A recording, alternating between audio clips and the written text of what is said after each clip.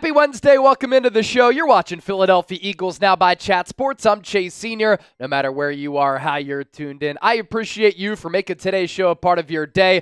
And there's plenty to get to here. Philadelphia making multiple roster moves, and we knew that this was coming, right? All teams in the NFL yesterday had to trim their rosters from 90 players to 53. There was the 12 p.m. Eastern deadline today to claim players off waivers, and teams across the NFL are putting together their practice squad. So a lot of fluid movement across the National Football League. We have a waiver claims update as part of that, other Eagles roster notes, and I'm going to explain to you and clear up some confusion for why the Philadelphia Eagles decided to keep James Bradberry on their initial 53-man roster. I'm going to continue to mention this here, and I'm going to pound it into the dirt. It is my goal on Eagles Now to get to 80,000 subscribers before week 1. And over the last couple of weeks, we have had some monster shows, some huge watch parties, and we've had a lot of real ones subscribe to the channel. And as you can see, I think we're going to be able to get to 80K before the Eagles kick off against the Packers in Brazil. We're 425 people away from that number. 79,575 people are subscribed to this show worldwide. So if you haven't subbed, hit that sub button right now for informative, insightful, entertaining, thought-provoking Eagles coverage, which is the standard right here on YouTube.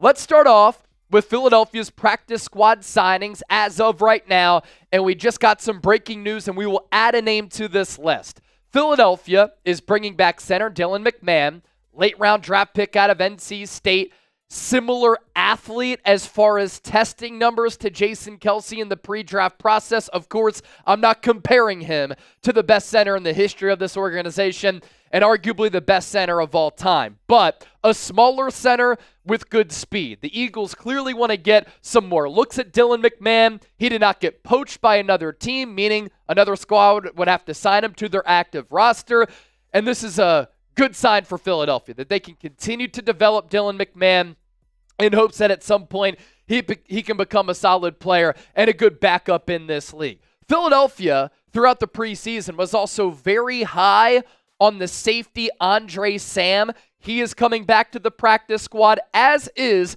tight end E.J. Jenkins. Now, on the initial Eagles 53-man roster, they only kept 2 tight ends.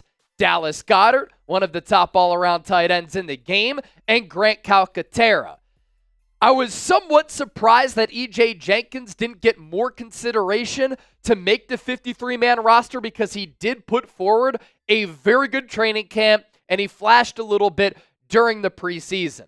This did give Howie Roseman and the Eagles some roster flexibility elsewhere. He cleared waivers. He's coming back to the practice squad, and he can continue his development with the organization that knows him pretty well. He's been with this team the last 2 years, and hopefully they can continue to develop him.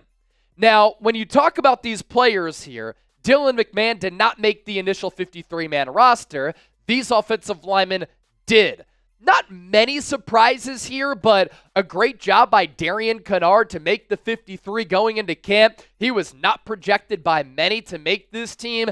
Everybody else, though, didn't really come as much of a surprise. We have seen a surprise as far as who's going to be the starting right guard, and that's Mekhi Becton over Tyler Steen. But Becton, Landon Dickerson, Fred Johnson, Lane Johnson, Cam Jurgens, Trevor Keegan, the rookie out of Michigan, he performed well in training camp in the preseason. He could be a diamond in the rough offensive line prospect as we look forward. Kennard just really impressed a lot of people throughout camp and in the preseason. He has that nasty streak to his game, and we know what Jordan Mailata is going to bring to Philadelphia, and hopefully Tyler Steen can work off that ankle injury. So 9 total offensive linemen making the initial 53. If an injury does happen to Cam Jurgens, maybe Dylan McMahon gets elevated to the active roster. Defensive backs, this has to do with Andre Sam.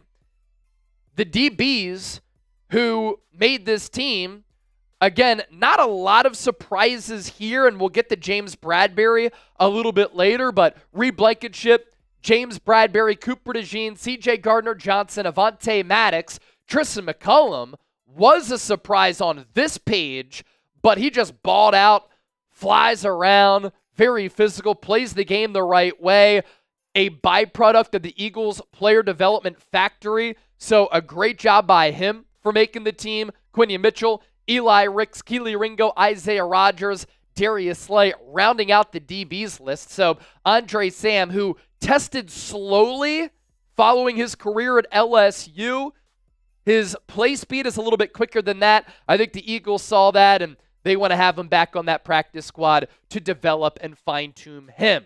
And then the tight end spot, as I noted, Dallas Goedert, Grant Calcaterra, making the Eagles' initial 53.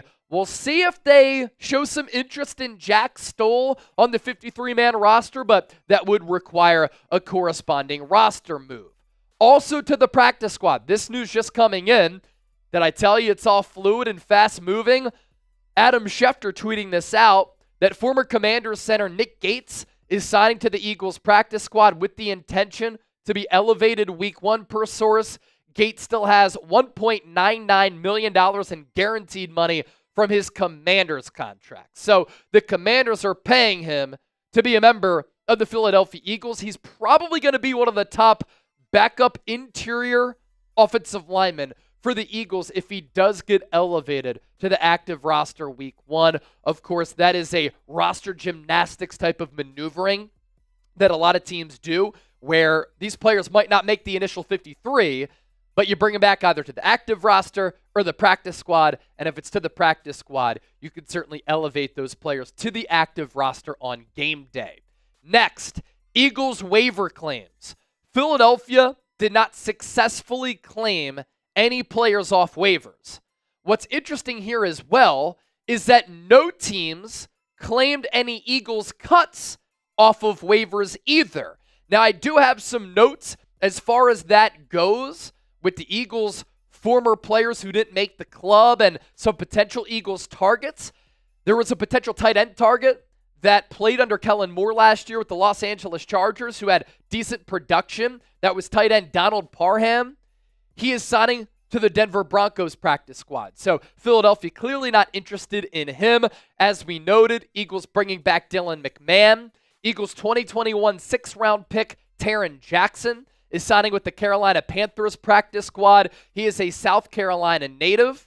The Eagles, again, as we noted, bringing back Andre Sam to the practice squad, E.J. Jenkins as well. And then to reiterate that, none of the Eagles' cuts claimed off waivers. What would have to happen when you cut a player, in order for a team to claim that player off waivers, they have to sign them to their active roster. So the translation there, they really have to like that player in order to add them to the active roster.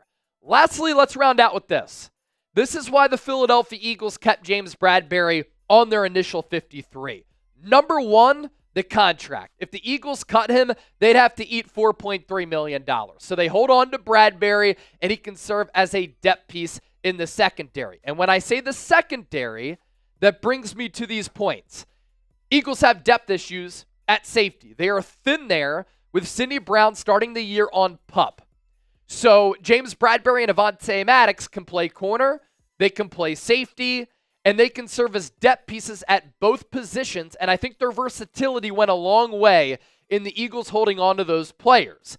Howie Roseman also said yesterday during his press conference that he thinks that Bradberry can help the Eagles this year because he can play inside, outside at corner. He's made the positional switch to safety, and the Eagles have always applauded and they covet his football smarts and his versatility. This is a big reason why the Eagles are bringing Bradberry and keeping him on the initial 53. They couldn't trade him. He didn't have a trade market. There was some chatter that the Titans were interested with former Eagles defensive backs coach Denard Wilson, now the defensive coordinator in Tennessee, when he was the DB's coach with Philadelphia. Lastly, in 2022, Bradberry was the second-team All-Pro. But a lot of teams don't view Bradberry as a cornerback any longer because he's a little bit too slow.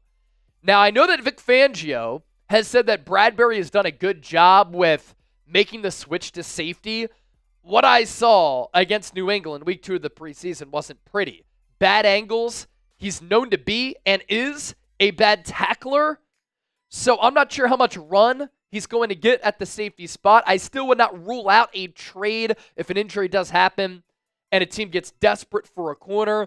But those are the reasons why the Eagles elected to keep Bradberry on the initial 53. Another reminder, subscribe to the show, approaching 80,000 subs. Thank you so much for all of your support. We'll be back later with another show here on Eagles Now, taking a look at the Eagles practice squad.